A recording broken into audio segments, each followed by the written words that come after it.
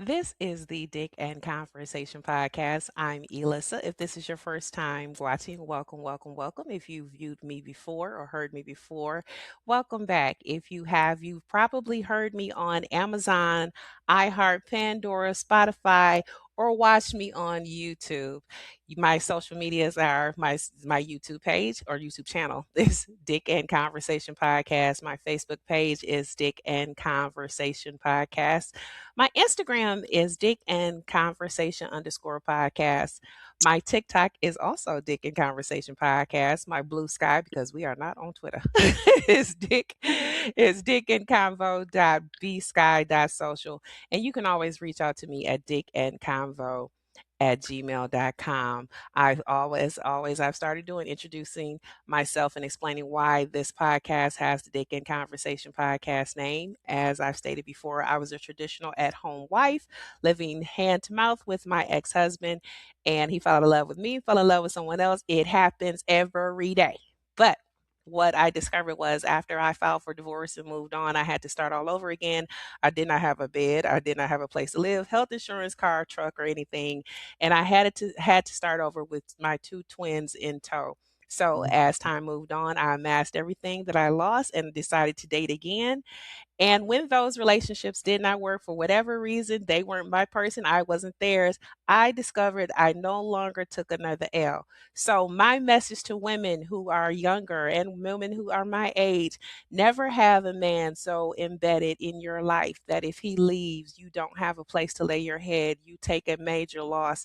The only thing that man should leave with is his dick and I conversation. like that. Thank I like you. that. I was waiting for you to tie a bow on it. Okay, I got it. I like it. I like it. That's the most. So, as you can hear and see, I have a special, special, special guest with an amazing story. I've been hearing him for a long time, I met him, but didn't realize I had met him. But I was so intrigued to have him as a guest because for the longest of times I've been wanting to have a single dad on, and all the single dads that I know and dated and didn't date and undated, they were afraid to come on. But this brave soul Never came skirt. on. Brave soul came on with the story to tell. If you listen to the Breakfast Club faithfully or unfaithfully, you probably hear him at least once a week. He is what I consider the unofficial co-host that's not on payroll or in the booth every day. But I want everyone, if you're not familiar with them, you will be today. Lovey Brown. Welcome, Lovey. Peace, Queen. Peace and blessings, Queen. How you doing? I love I'm let me give you your good. flowers because that intro was dope. Like how you led up to it, the rollout to the Dick and Conversation. Cause like real talk, like when I heard Dick and Conversations, I'm like, hold on, Dick and Conversations. So, is this gonna be a lot of dicks? Like I'm confused. Like pause. So just the title alert.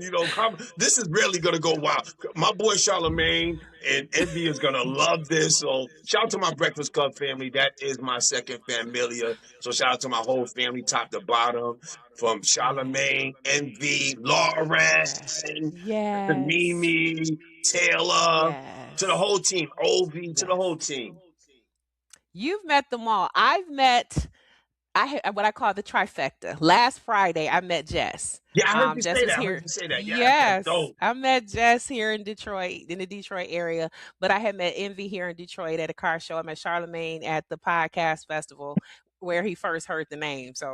But you've met everybody. Like I've seen Taylor. I've just started following her, and Mimi and Lauren, and like I said, I hit the trifecta of the first three, but I intend to grab the others. But I don't want to continue talking because I have many more episodes where I can tell my story. But your story is the one I want to get out. And especially because it's leading up to Father's Day. This is being recorded prior to Sunday before Father's Day. And I can't imagine a better guest to have on better guest to have on here. And it's Tupac's birthday. Yo, that's like a double. So yeah, that's it. It's so dope. You don't realize. Yeah. Just a quick title, and I know you heard earlier, but Pac's mom and my mom was actually in chapter 24. They served in a Black I Panther heard party that. together. So when I said Marcus Garvey was my grammar school. That's the same school Oh. Pac and I went to together in the South Bronx. So I I heard that's he's my West Coast. origin. He's not. He's people assume he's West Coast or associated with West Coast, but he's really East Coast person. Right. My ex husband, who's from Baltimore, his friend Marcy said, "Oh, I went to school with Tupac in Baltimore." She Yep. said he was always the quiet kid in the class, just writing poetry in the back when everyone else was making noise and this, that, and the other. She said he was. They were so amazed that he became this big star because she said in Baltimore, Pac was always just in the back of the class writing. And I was Yep. like, "Oh, That's how him okay." and Jada met. Him and Jada went to that school together. I heard her book. I read her audiobook. Yeah. So Pretty good. It was good. It's not what people think it is or try to lead right. it up to be. Jada's good So, people too. Jada's good people. is she good I have a people? I friend believe in it. I in hearing her story, I can relate to a lot of her things. She's just an independent spirit, and I think that she's misunderstood in a lot of ways. But when people don't understand the why behind the what they're seeing, they make their own story. And Absolutely, Queen. that's what it Absolutely. is. That's what it is. Okay, let me get it out the way. I All was right, let's rooting for the go. other team, but the Knicks won. Congratulations to the Knicks. Go Knicks. 53 Go years. New York.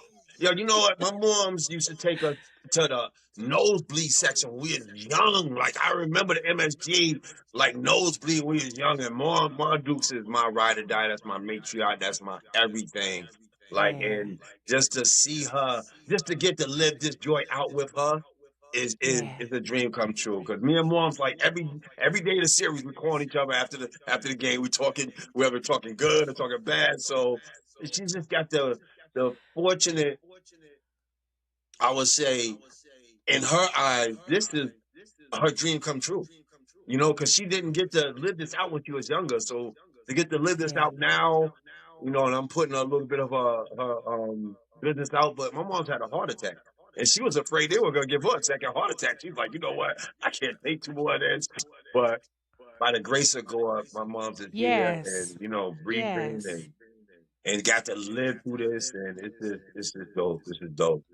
So shout out to Yes. New My York. mom had a heart attack in January too, so I can understand what you're saying with you know, that. What is the energy like in the city Oh, it's with this? crazy. Well, you know what's crazy is New York is a gumbo of a mixture of all cultures. And you get to see all cultures align for the same thing. To me, sports is the perfect eraser to prejudice, to Yeah. racism. You Yeah. know, because when you're on the sports, you don't see colors. You just No. see that's your team.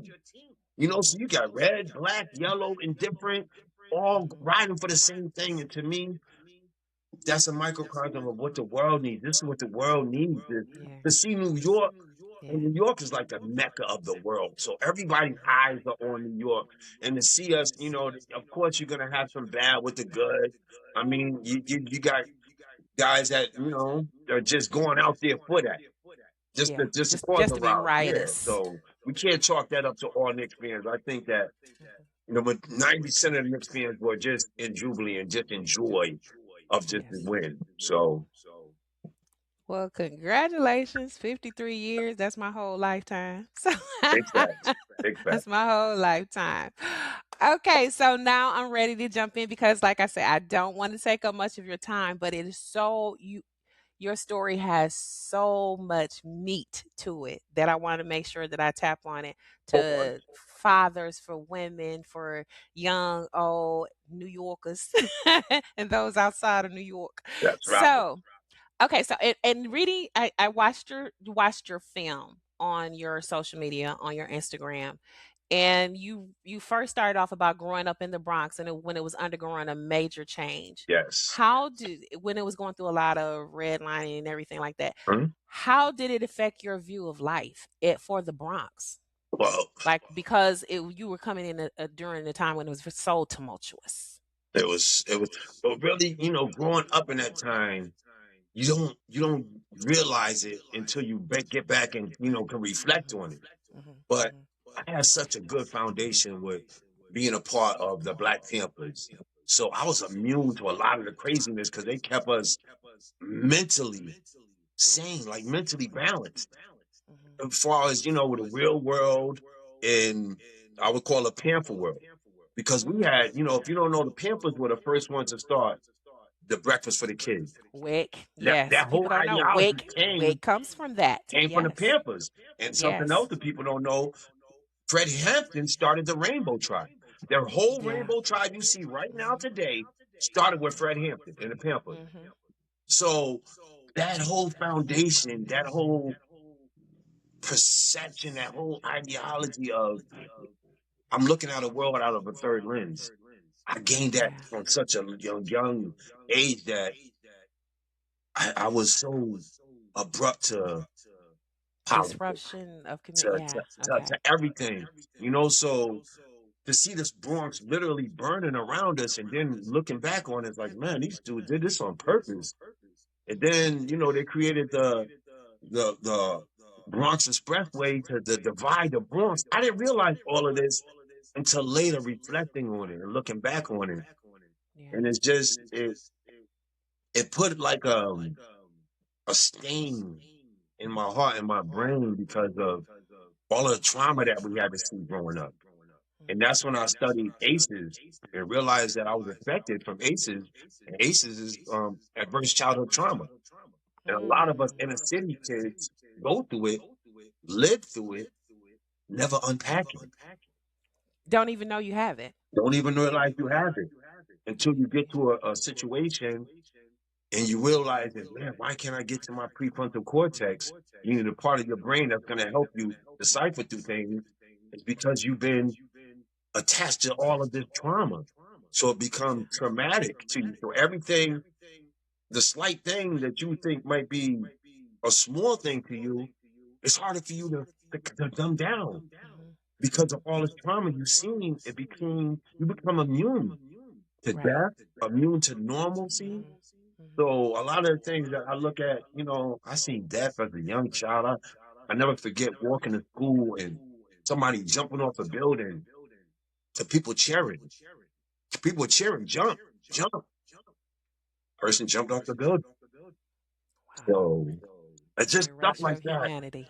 Yeah, it leaves a stain in your brain. Like, man, is New York real? This is a different world. Yeah. So Which is a good segue into when you moved to Connecticut. When you went to Connecticut and comparing that, laying that next to the backdrop of the Bronx, and you said smelling trees and seeing nature and things like that. What is the thing that Connecticut gave you that the Bronx didn't?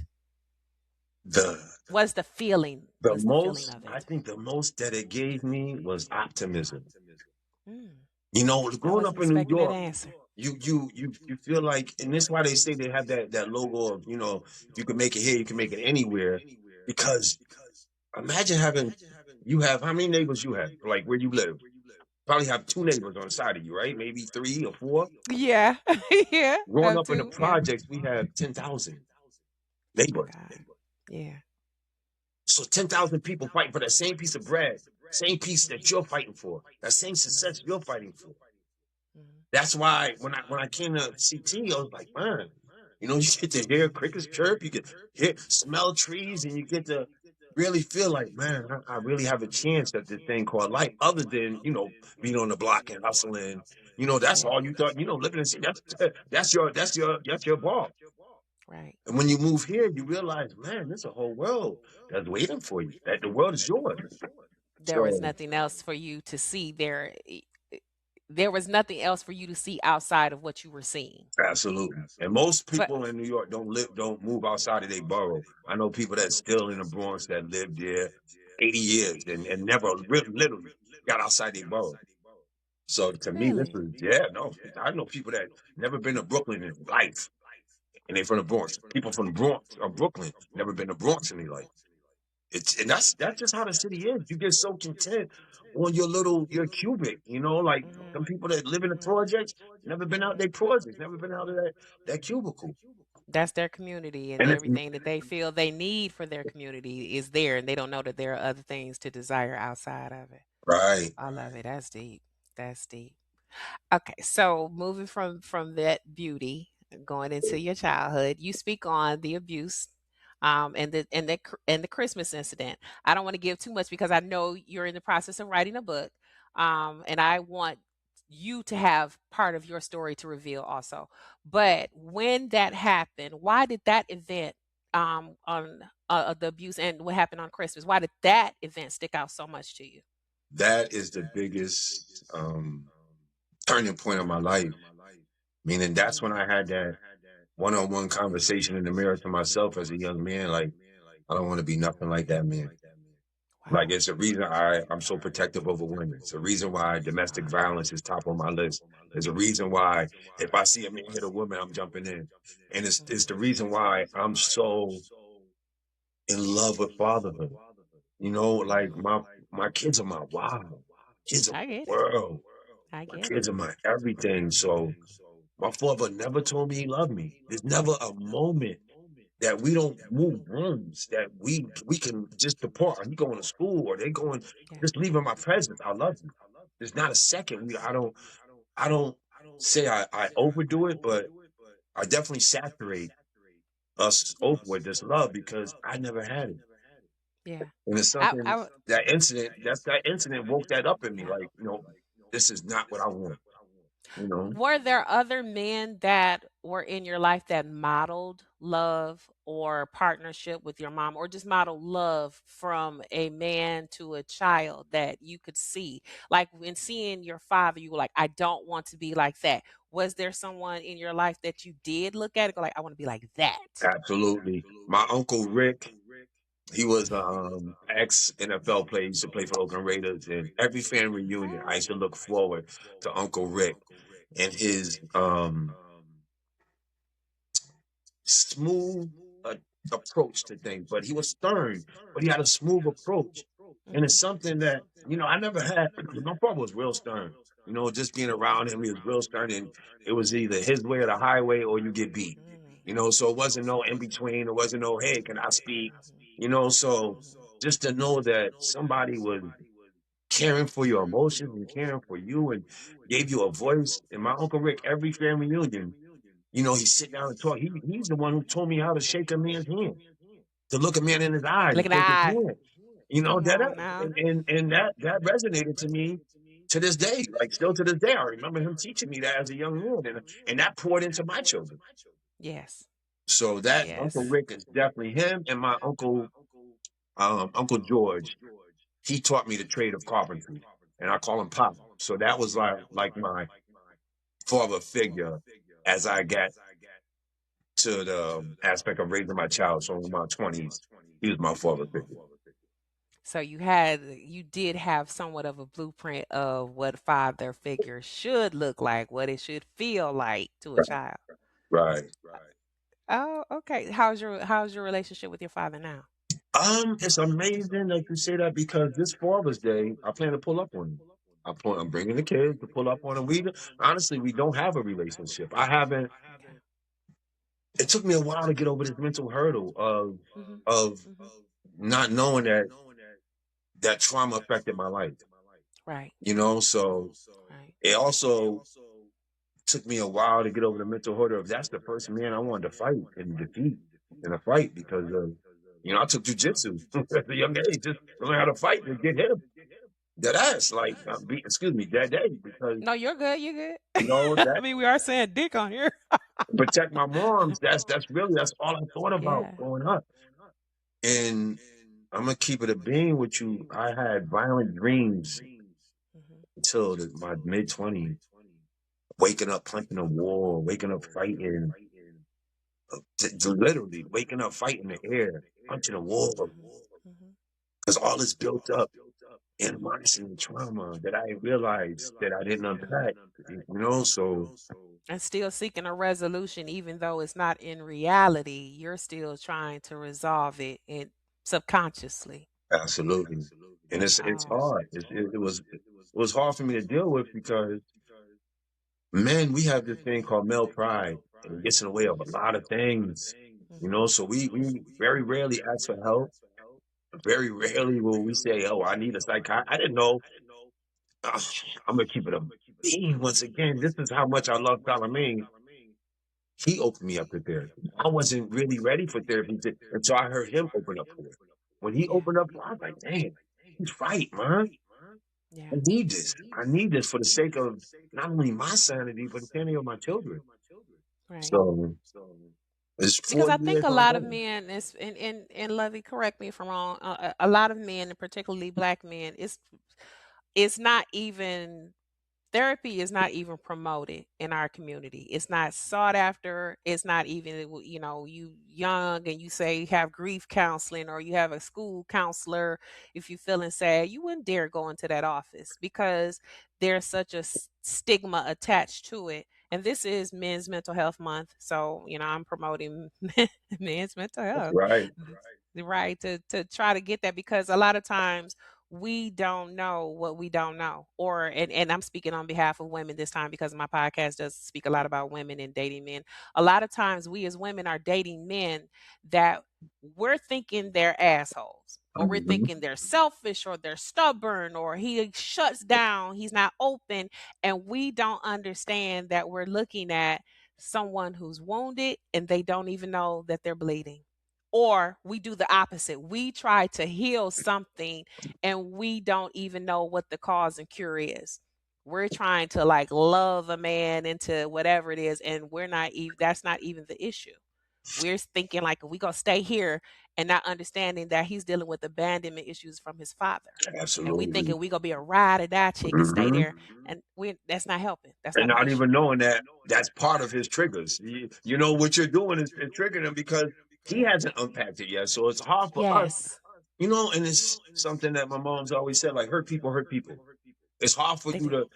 to heal somebody. It's like Yeah. putting if you got a band-aid and somebody got shot. You can't put a band-aid Bend it on a on a bullet wound wound. and it's still bleeding out.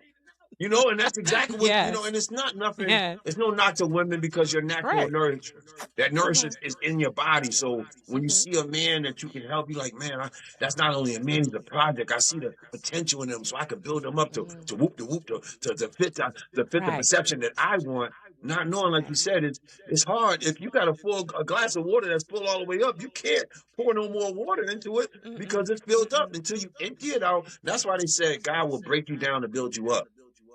Some of us have to be broken down, literally, Ooh. to build back up. That's a whole word. That's a whole word. Oh my God, I love you. I'm so glad you're here. I'm glad. I'm glad we're So, vibing, Queen.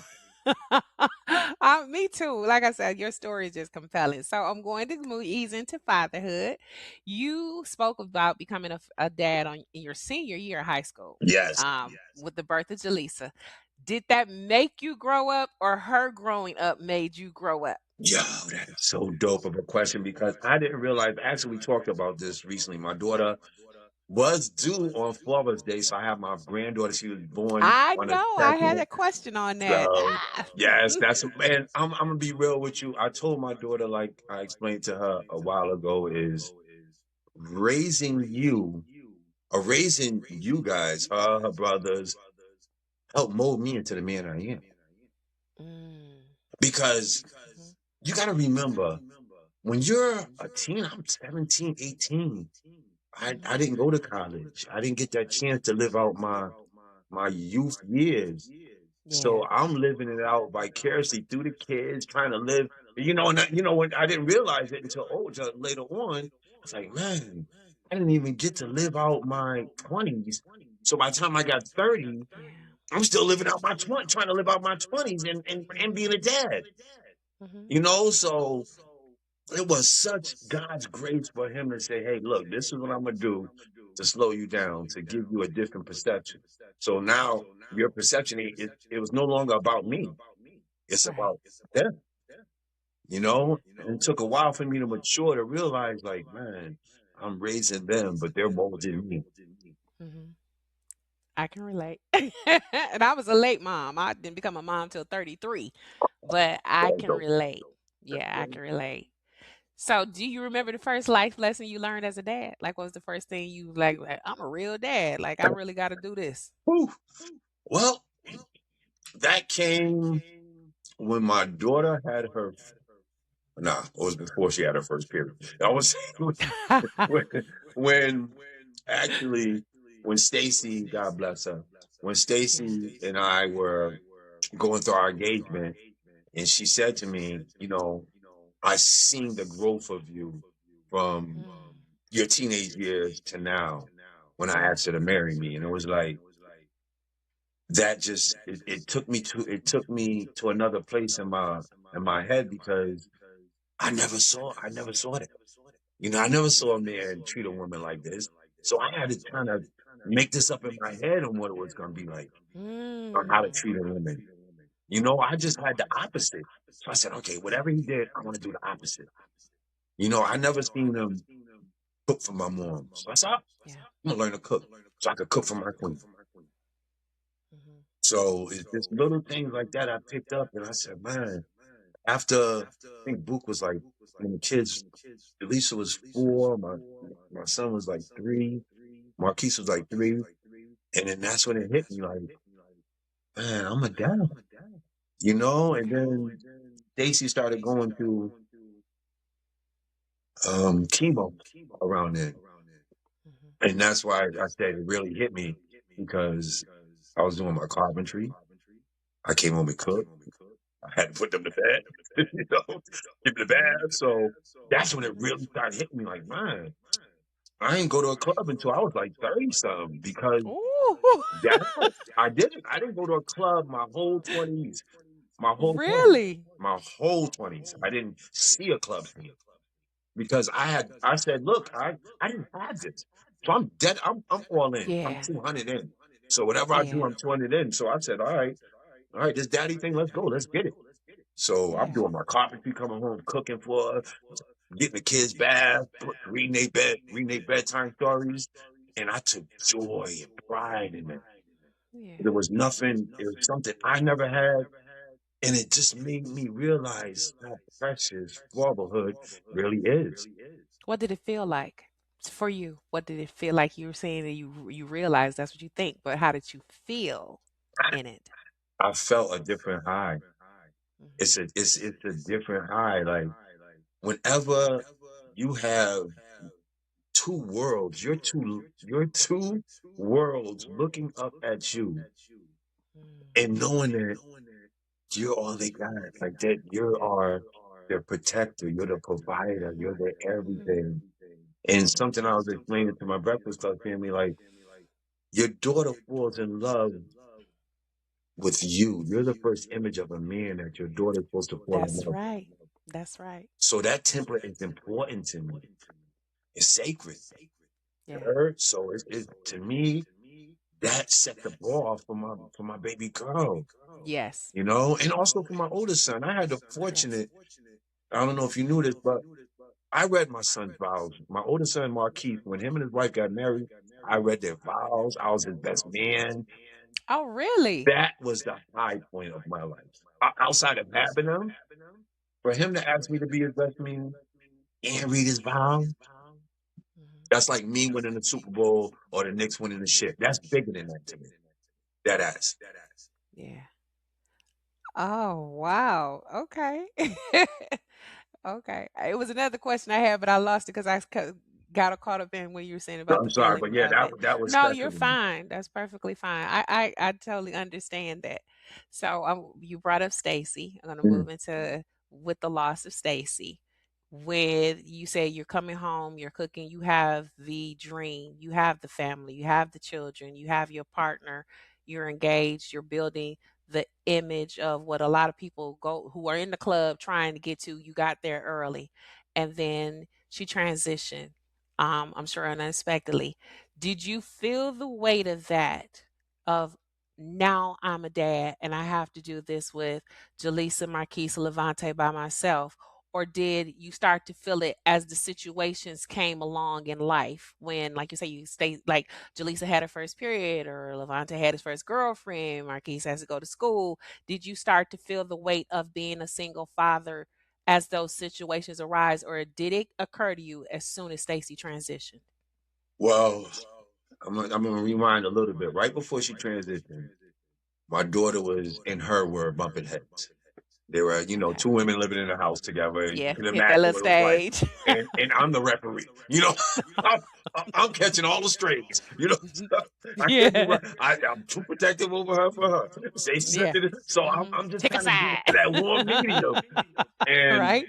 my biggest thing was before she got too sick was Book. I call my daughter Book. Her name is Book. Julie, so I call her Book. I said, Book, I want you to just make peace because you never know what tomorrow may bring. Yeah. You know, so for her. to sit down in the hospital bed and for them to make that peace was Yeah. that brought me so much joy because that helped me for that next part of my life that I was gonna have to deal with. And I ain't gonna lie to you, like it's the first time I cried in front of my children. It's the first time I broke down. It's the first time I broke down and cried in front of my children. And I didn't hide it. So I No. just sat there and cried, and they just both hugged me. And that's when I realized kids are my why. My kids are why I wake up. I love that. My kids are why I live. Yeah. And then that put a different perception on everything. Like, I have to realize, yo, you all they got. What you Yeah. doing? Yeah. I was in various shootouts and put myself in positions where my life could have been taken. And they went at it. Yeah. So that part is still unpack wounds. Yeah. So, It's heavy. Lovey, that's a heavy idea. I think we as parents don't overlook it until we really get a chance to ruminate with it and realize for so many years we are our children's source. They can only go where we take them, they can only get what we give them, and they can only know what we tell them until, outside influences come in. And to them, you are their source. You pray to God, God help guide these children, raise these children, but unless they have that relationship with God, to them you are the universe. So I absolutely. understand. And then you just learn as you go. It's no on the job. It's on the job training. There's no blueprint to parenting And that's another whatsoever. thing. Like, you don't get that book. You don't get a booklet when you come home from Ooh, the no. hospital. They don't say, hey, this is how this. But to realize that my kids are my breath, Hmm. and they're the reason I breathe. The why. That just, once I gave them that title of my why, that was Hmm. it for me. That was like my transition in life to say, all right, Lovey, man up. Man up, B. Nah, come Yeah. on. None of that. It's not about your feelings, not about you. It's about your legacies and Yeah. putting your legacies in the best position to win. And that's when I really started enjoying life. And that's when God Yeah. started opening up doors for me. Hmm. Hmm. That answered the question I had coming up later, but that's all right. We got the answer now. So here's the question, Lovey, and this is why I'm glad I have you on here. I've had this question for so many years. When for a father, when you have to raise, particularly a son, and your blueprint is altered, it's not what you want it to be. How do you know how to raise a son to be a man when you don't have that manual? You don't have that instruction guide. How do you teach your son to be a man when you didn't have that man to teach you? So how did you figure? I know you said with partnership, you just did the opposite. Was it that way with parenting, or just give answer the question? Was it that way with parenting where you just did the opposite? It was on all aspects.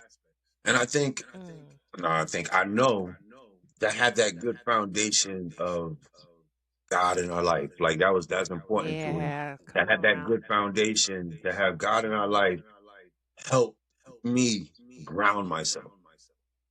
And that helped me say, all right, never forget this song. This song resonates in my head to this day because this is the song I sung to myself when we're leaving the hospital. Never would have made it by Marvin Sapp. Come on now. So I'm never would have wiser, made it. stronger. I guess, Yes. Yes. yeah. So that song, every lyric in that song resonated to my soul. Hmm. Never would have made it. I'm Hmm. stronger. I'm Hmm. wiser. Wiser. Hmm. Come on. So that song right there, that helped me, along with Tupac. I'm a big Tupac fan. But along with Pac, that song helped me get through a lot because I realized my waymaker is always on my side. He's my battery in my back. So regardless of what, I can have my waymaker say, hey, You thought you had it bad. Look what happened to Joseph. Look what David went through. Ooh, come on now. Like if Come you look on, what Lovey. Joseph went through, his brothers sold him And he off. They didn't tried to right, and kill he didn't him. even do nothing. And he still remained humble enough when he was in a Didn't he? position to help his family out. He was still humble enough to say, hey, Yes. you know what? I ain't gonna think about that. Even y'all try to sell me, even though you told my Right. dad I was dead, I'm Mm-hmm. still gonna hold you down. I'm still gonna Mm-hmm. show you all the proofs of look, this is what I got for you. So that's Right. my outlook on life. Like, man, I gotta put my In the kids in the drought. best position to win.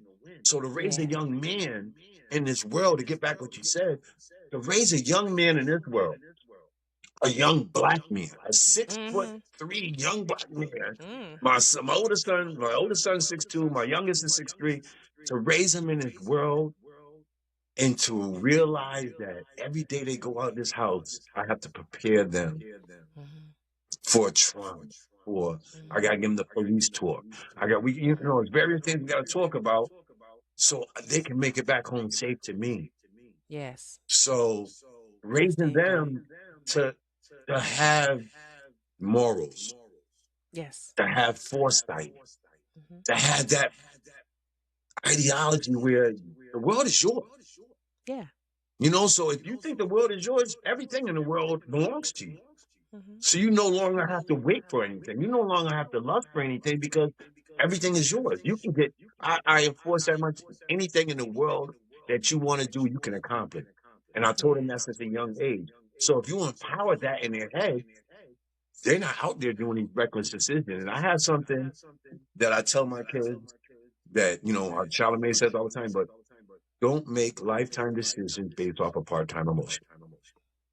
And a lot of children, a lot of adults Yes. do it because they don't Yes. have that why. They don't have that foundation. They don't have someone that they have to answer to. Mm-hmm. So if you don't have that foundation at home, then yeah, you can go out and do reckless things because you don't have nobody to answer to.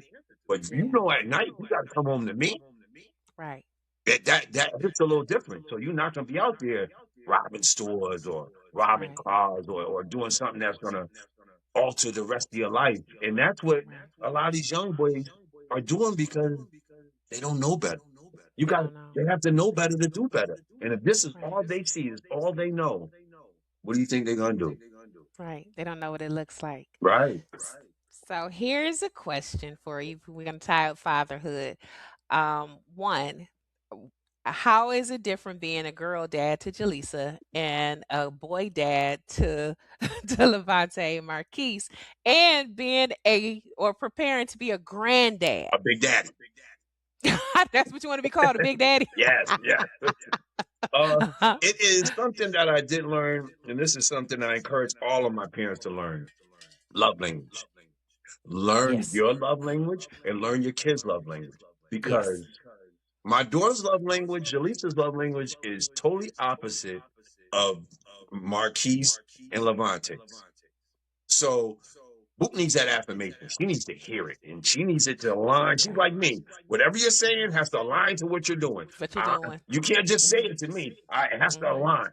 So my book I hear needs what you that. say, but I listen to what you do. Right. Yeah, that's right. That's right. So that ass, Right. like you can't be selling her no dreams because that's my baby. That's my firstborn. So she knows who lives. So that is something that I would say that I encourage all parents to learn not only your kids' love language, but your love language. Yeah. Because my oldest son, Marquise, he's a little more, he's a lot more reserved than my daughter. Okay. Like, I used to bring my daughter when I worked on the radio backstage to concerts and stuff. My son didn't want nothing to do with it. He's like, nah, dad, I'm good. My daughter's like, oh, we gonna meet Chris Brown. Oh, come on. Dad, I'm with you. My son's like, nah, dad, I'm good. I'm good.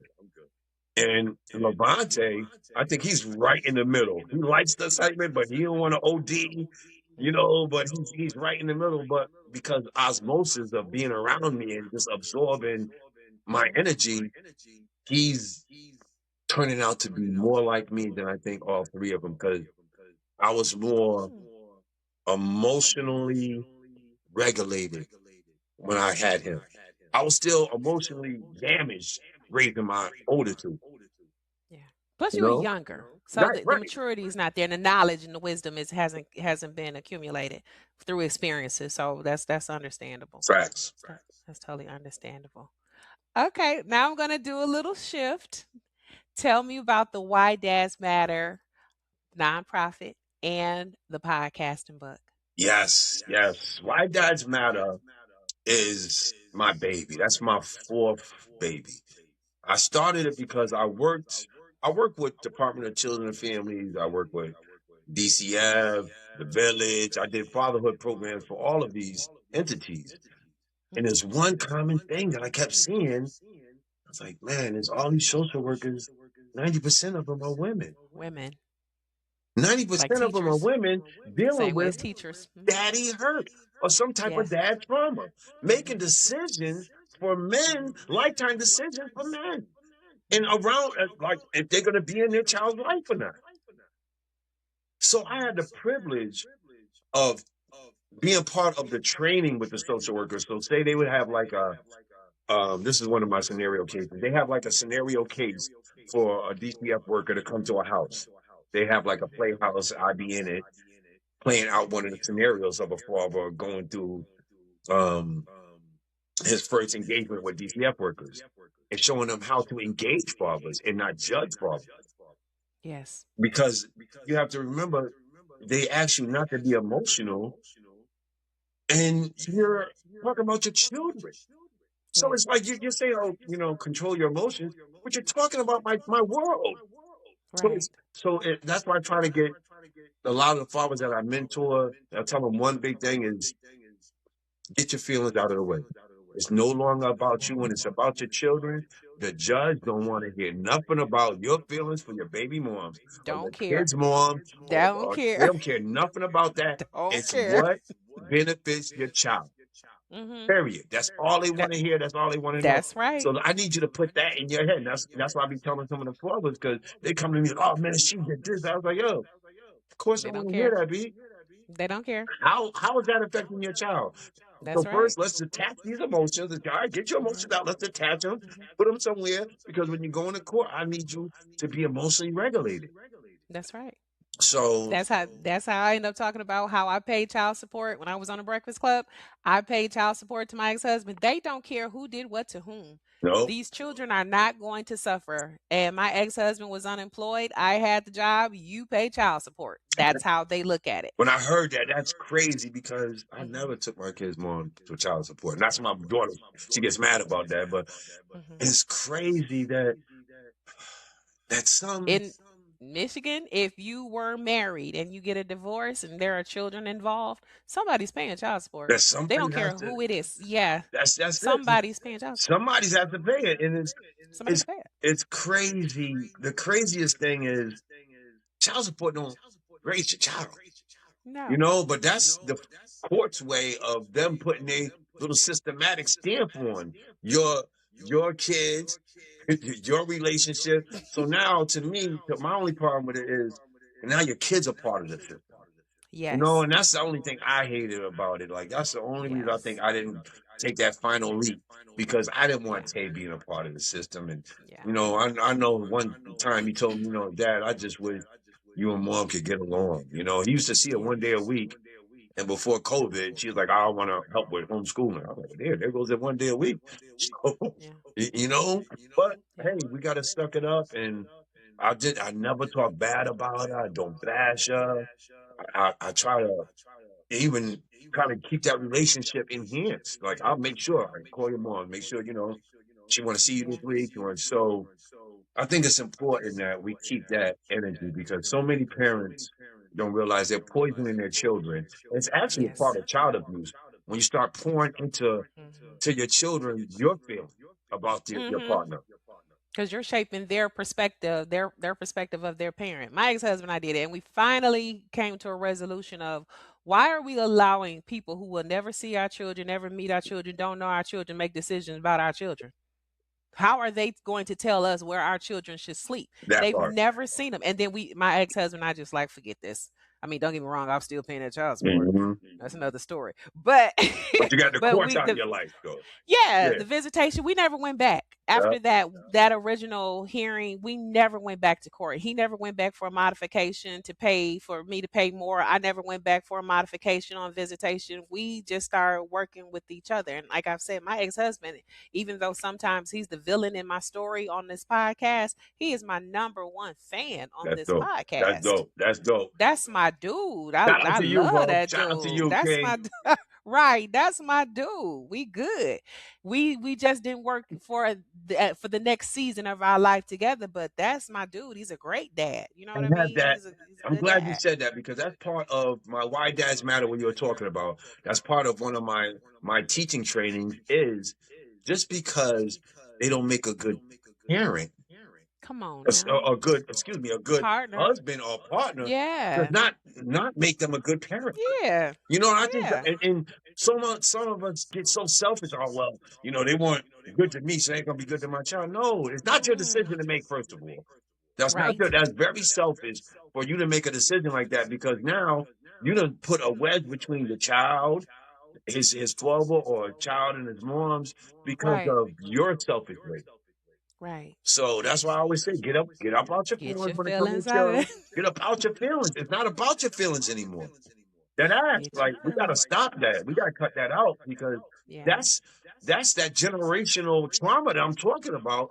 That the generational pour back onto their kids, and you wonder why you got kids out here hurting people because they're hurting, and they don't even know how to Exactly. express this hurt because you normalize this hurt to them.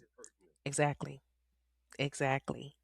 Okay, when going into this, I know we got to wrap up because I know you got something you got to do. You're writing your book, and I know you Rome just hilarious's Yes. her son's dad is one of the people that's also contributing as you interview him. What do you want your readers to take away from your book? What I want my readers to take away from my book is to realize I want these. Take these perception glasses off Mm-hmm. and change perception of men. Now realize like this. I'm gonna give you a quick data, two quick data points. There's an 80% chance that your child will graduate. I saw you talk on that CTN That's clip. right. If your child, Come if you on, have a Lovey. significant role, a father has a significant role, that means intentionally have a role in your child's life. There's an 80% chance they won't go to jail. There's a Yes. 79% chance they will graduate. There's Yes. also a 74% chance they won't commit suicide. Yes. And a lot of these kids are running around here committing what I call suicide by just going at each other. This drill is a whole drill music is a form of suicide for these young boys because they don't have another outlet. Yeah. That is It's their pain. outlet. It's pain flipped inside out. That's what it is. So Mhm. if they don't, if they never address their pain, they never heal their pain, and their parents are pouring more pain into them, they're like, look, why you think at the age of 16, 17, some of them are immune to life and death? Because they don't know the significance. Nobody's been there to show them the blueprint. Now, I mean, you could do this. You could be anything. These dudes got people telling them, you ain't ish. You ain't never going to be ish. You're going to be on this block for life. You gotta see more to want more. And a lot of Yeah. these kids never seen more. They don't have the blueprint. So it's hard for them to even want more. Yeah. So, switching again. How did you tap into the Breakfast Club and get such a large social media footprint? But this is once again, I give all the glory to God. God is amazing. Yeah. Whoo, When what I you say say? my waymaker, he's a waymaker, he's a door opener, and Lovey, didn't you hear me say I ain't have a bed to sleep in? yeah, I told you, I know my way. He will make a way. He will make Mhm. a way. And I was transitioning from a last radio station I was on. I'm not even gonna say their name because they Okay. don't deserve it. But I was in a transition from them because I was let go of a radio station for I was told for being too popular. You know, it was because I was in my thought phase.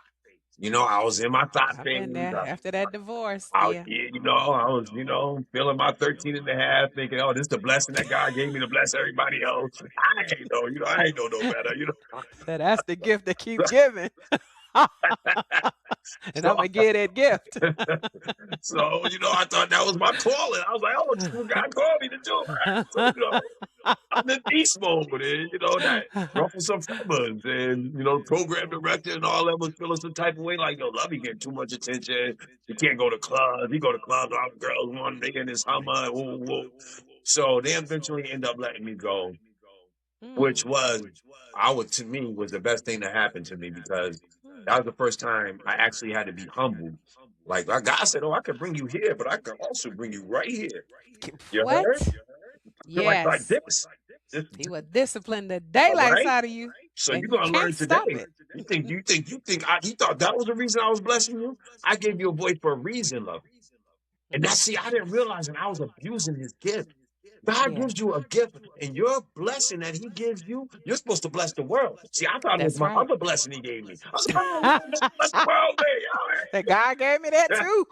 I'm knocking down walls. I'm taking conversation.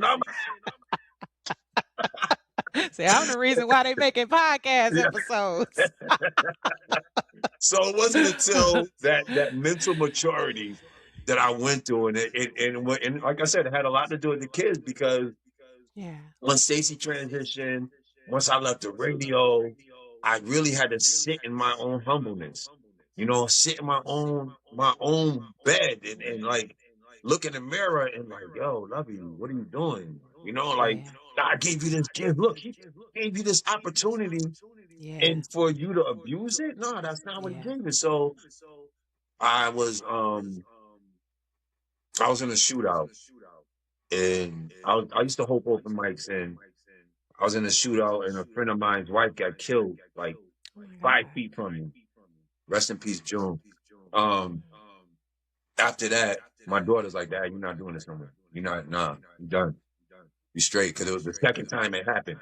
So my daughter's like, no, Dad, we good. You ain't doing no more. You leaving Oh radio. You wow. you all set, radio. We all set. Well, I'll thank you for letting me meet Chris Brown and all that, but we are all set with radio. I'd rather have you than anything else. So Yeah.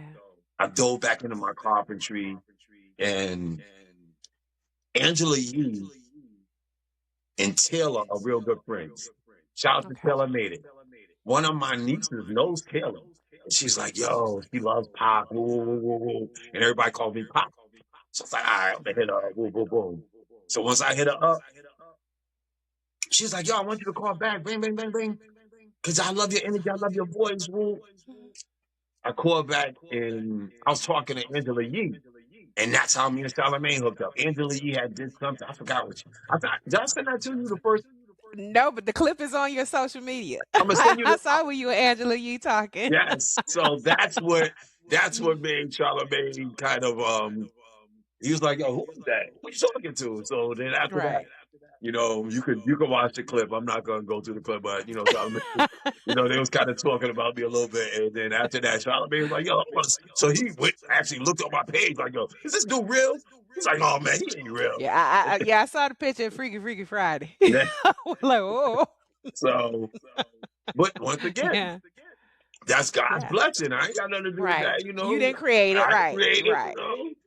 I just, I'm fortunate to be that. But that's what really, that was God saying, that's not your blessing, Lovey. Your blessing is your voice. Your Right. blessing The is your voice. message.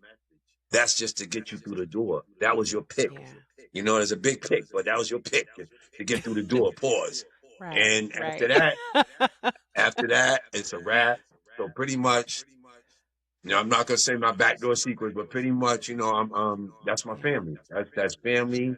I ride with them. Yeah. And to watch my brother Charlamagne make this transition to where he is now, like Yeah. man, it's major for me because It the is. start, Charlamagne wasn't always at this mental, Oh no, I used to emotional listen state to he is him when he now. was on Wendy. Yeah. Yeah, I used to So listen way back when they were saying you could put that where back there. yeah, When he was on, yeah, he was on Wendy Williams. When yeah, I used to listen to when he was but on Wendy. But I think Yeah, he that was was an before intern. he Hmm. found out his why. He found out his purpose. Yes, We all like getting yes, in the game, especially this radio game. You're trying to find your lane. You're trying to find, yeah, you know what I mean? You're calling. And some of yeah, us, they be searching for your whole life. So it yeah, took that. It took right when Charlemagne and Envy and all them like basically invited me into the family. It mhm, took another year or two to realize like God is saying something to you, Lovey. What is he saying? And then yeah, Charlemagne yeah, said to me, right before that Black Effect Festival, when I called in, I was like, yo, I want to do my own podcast. Charlamagne was like, yo, do something that comes easy to you and comes natural. Yeah. Not that Yeah. you have to cheat and lie to do, stuff that comes natural Yes. and the people will Yes. resonate towards it. Yes. Prayed on it. I prayed on it, prayed Yeah. on it. And God woke me up one day and said, why dads matter? Yeah. And that was it. And so I started a little nonprofit. I'm still in the process of, I didn't realize how hard it was to get this nonprofit off the ground. Oh yeah, they're I'm still definitely getting that off the ground. It's been challenging. 4 months. You know, I've been dumping a lot of money, my own money into it. But Yeah. it's all right Mhm. because I see my foresight, I can see where it's going. The You know, benefits. Yeah. Jason Lee started one a few years ago. He's a multimillionaire off of Mhm. his. So, but my vision is to change the world and change the perception and to give some of these fathers and mothers a safe Yes. space to come either talk about Yes. their dad trauma Mhm. or of their dad joy. You know, some of them, Yeah. like Envy's kids and Charlamagne's kids, have that joy of Yeah. having that blueprint in their life. So I want to Right. interview both sides, and I want Right. just to be able to change that perception and let you know I didn't have a father. That doesn't mean I'm gonna end up like a statistic. You can be that chain Exactly. breaker, Mhm. and that's Mhm. really my foresight with this is to break chains with it and let people know, like, you know, you might look at me and think something else. When I realized I got a 1430 on my SATs and I was 10th in my class because my mom was big on education. So Mhm. I get it. I it, used to be it a was, teacher. I think the perception, just to change that perception to me Mhm. is gonna help open doors for other fathers and open doors for fathers that are emotionally detached. Because you have fathers that are at present, but emotionally Yeah. detached. Yeah. So Cuz they I'm don't hoping to break know. down that bit. Right. They don't know. They don't know. They don't know what it looks like or what it feels like or what they're supposed to do. They don't have a they probably didn't have a blueprint either. And they're trying to figure it out, but there's no actual, I don't know, manual on how to do it. There is no program, there's no process, there's no procedure on how to be engaged with your child as a father. They feel like being in the home, and that does make a difference being in the home, but Yes. being in their life as well. And like you said, engaged. It's a difference between being Engagement. home and being Yeah. engaged. Like you can be home and be a stone on a wall or on the floor. Right. But if Right. you're engaged, I mean, really engaged, like I have Mhm. emotional tests that I take with the kids. So I want to know, like, you know, 0 to 10, but how you feel? What's your emotions? All right. So Yeah. by the time Friday come, all right, I want to know how we build your emotions back up. All right. You were Yeah. sad Monday, but let's build this Yeah. back up. So Friday, I want you to be shooting for a 10. Like I tell the Yeah. kids, I want you to shoot for the stars. If you hit the moon on the way up, we good. You That's heard? right. But I just want you to shoot and know, like, there's nothing that you can't accomplish. And entrepreneur, being an Yeah. entrepreneur, and I think by them watching me be an entrepreneur, that's resonated to all of them. Like, you know, Dad, I want to do this. My youngest son's like, oh, I want to do this. And it just shows me, like, you know, I have write a vision board every month. Give me 3 different visions of something outside of sports. Give me Right. 3 different visions. So for them to keep that fresh, to be like, okay, I can, oh, damn, no, I can do this. I can do this. Yeah. Look. So if you keep that in their back and keep that battery in their back and let them know that you are their biggest support system, That's right. that changes everything That's for right. them. It changes Total everything. trajectory. Okay, I have three more questions. Then, love you. I'm gonna let you go. Which Question number one: what's something about you that you want to change? something about me that I want to change. I would say I have a very aggressive way of going about. That's that New York in me. Like I don't have no Yeah, dead ass. Like I believe you. I don't have no I fuck neutral. with a New Yorker, right? I don't have a neutral. I have Yeah. a 1 to 5 years. Like I'm on 5. Like I start up, All I'm on 1. gas, no break. But yeah, I'm on gas, and I think I don't think I know I have to learn that warm medium because my son, and this is I'm gonna give you this is just me being humble. My son said this when I was doing homeschooling. He's like, "Dad, you an awesome dad, but a teacher, bro, you too hard, man. This ain't sports." You know what I mean? So I I had to know. realize, oh, okay, all right. I know. I don't have that nourishing in my body. So Yeah. I was like, damn, you're right. So I had to, do that one-on-one look in the mirror, like, I really wish that I can be a better teacher. So I Yeah. was like, okay, so I have to go about this. I have to look at this. This is not a sport. This is just learning. And, Yeah. I really didn't realize how hard I was being on him until he brought it to my face. But that's a Yeah. part of me giving him that safe space to speak and to know that your voice means something. So by him having that safe space, created a better safe space for us all. I became a better homeschooler because I wasn't no damn teacher. I didn't know Right. homeschool. It was all thrown in my lap. I was just, yo, get Love. this done. We got to do this. They not doing enough. We got to do more. We got to do extra. That's just how I was raised because he was like, dang, hold on. I Pause, B. This is just schoolwork. hear you. Yeah. So Yeah. that is definitely one thing I would change is just dumbing down that New York in me sometimes, just dumbing it down a little bit. Okay. Question number two, and give yourself some grace. Lovey, I was a high school teacher, and during quarantine, I was the same way with my kids. They're like, you got to stop. Question number two, what's something about you you never want to change? Oh, something about me I never want to change is my kids are my why. Like my kids are the Yeah. blood that runs through my veins. They're Yeah. everything to me. So I would never change that in the world. Like just to know that I have, well, three and a half wives in this world. It's actually Yes, four wives. So legacy. my daughter has a son, and this is my first baby girl. So I used to say three and a half. So now it's like four and a half. I don't even know how to do the calculation because they half mine too. But Yeah. just to know that right there, that is my everything. That's my just to know I have a wife is my heartbeat. It's like having a blood transfusion. And Hmm. and my kids are my transfusion. That's my blood. I used to Yeah. have old blood. They Hmm. transfused in me, and now it's like I feel honestly like Superman. Like my son, when my pastor asked my son who's the greatest hero, he said his dad. His dad. Not no Marvel character, not Right. Superman, not Batman. He said dad. Right. Yeah, that hit hard. That hit hard, and but that also raised the bar to me. Like, damn, God, I'm a superhero too. I'm not only his dad, I'm a You have a Superman. standard. So That's right. that it raised the standard. And to me, I've never in my life felt this joy as a kid. So every day I want them to live that. Every day I want them to Yeah. know that there's a Superman in their corner. And that's what Yeah. they have. Like I have a awesome relationship with my oldest son and his wife are in Florida. They just celebrated their 10th anniversary. They've been together for Oh 10. They've been wow. together since like me, like high school, sophomore year they High met. school. They both lost their moms. His wife, she lost her mother too. So they had that connection, they had that bond. Hmm. Hmm. And there's nothing like we can't talk about. There's nothing that we don't talk about. Even the Knicks, we just talked about the Knicks the other day because my daughter's like, "Oh, Dad, we going to parade Thursday." So there's nothing.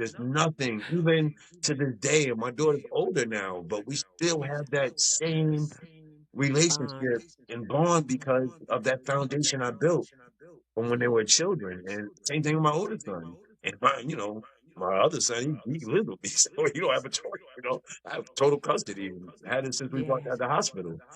But Yeah. it's no other joy I have in life. It's my ultimate holiday. It's my everything. Oh, lovely. That was just like I told text you. That just warmed my heart.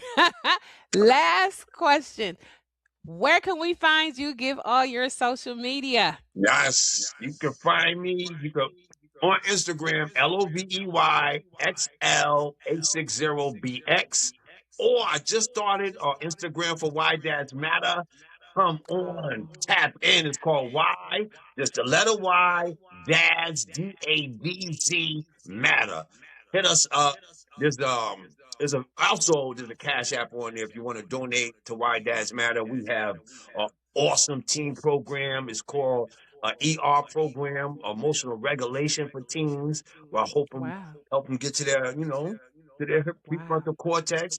I also have something with the fathers, with the aces I was telling you about, the adverse childhood trauma, going through adverse childhood trauma, unpacking it so you're not pouring that trauma back on your children. Right, I right. also have something called a trauma tank where people could come, dump their trauma, put it in a little note, dump their trauma in the trauma tank, and walk away and not have that burden of that. You know how people walk around with their backpacks on? So many backpacks are Carrying it. full of their burdens, Yeah, full of their trauma. Come unpack that carrying trauma with you. And I want to thank, before we get out of here, thank Dick and Conversation. You heard?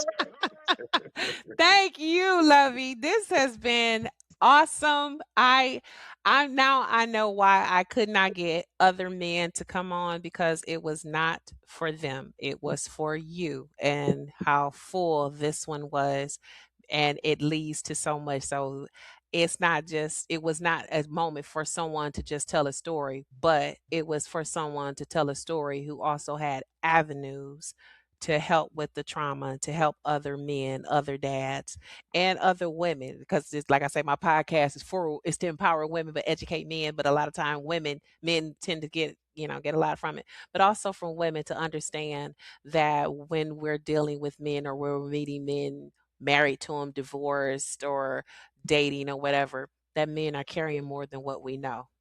So Absolutely. And that I grace and mercy, like you appreciate said, you this. got to give yourself Yes. that same grace and mercy, and you have to Yeah. give that grace and mercy to that man because you Yeah. don't know the in between. So it's important that No, communication is the key to everything. it is. So we have to be able to be better communicators. And you have to realize, man, I told you that we wear this thing. It's called male pride. And some of Mhm. us wear this male pride to our grave. Some of us, you just have to, you got to water them down and find that sweet spot. That's why I encourage that love language. Find their love language. Now you can get to their communication because if you don't know their love language, you never know how to really communicate with that person. Right. Right. So that's all I encourage. And just know that God is awesome and He's my Yes, he waymaker. is. And Yes, without he is. him, I just Never could have made it. I never could have made it. Honestly, like that's how I feel. Never That's could have not made it. that's my life. Never would have made it without you. Yeah. So thank you, Dick and Thank Conversation. Yes. Thank you, Lovey. And I'm gonna shout you out. I'll be shouting you out on Breakfast Club. I'll be back on Friday. So I'm gonna shout you Okay. out. Look for the shout out. Oh. Make sure you tag And me with I'll it. send you the clips. Yeah, send me the clip, send it to Charlamagne, send Tag it to you. Jeff. I'm gonna send it to him and let him know, like, Dick and Conversations, this is the podcast. If you ever need me for anything, you heard? I got you, Thank Queen. you. And we close this out once again, as Lovey just stated. This has been the Dick and Conversation podcast. I'm Elissa. You have been listening to me on Amazon, iHeart, Pandora, Spotify, or watching us on YouTube, or you may have been watching us on Spotify since it's so new. Yeah. You can always find me on Dick and Conversation podcast channel on YouTube. You can find me also on the Facebook page, Dick and Conversation podcast page. My Instagram is Dick and Conversation underscore podcast. My TikTok is Dick and Conversation podcast. A My lot of Blue dick. Sky. I'm Yeah, it saying. was you. I love it. My Blue Sky is dickandconvo.bsky.social, and my email is dickandconvo@gmail.com. Once again, Lovey, thank you.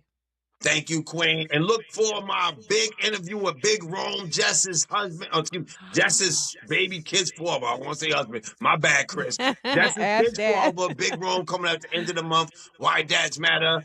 And tap in, get your dad signed up. And thank you again, Queen. Appreciate you. Thank You you, heard? Lovey. Go Yeah. Knicks!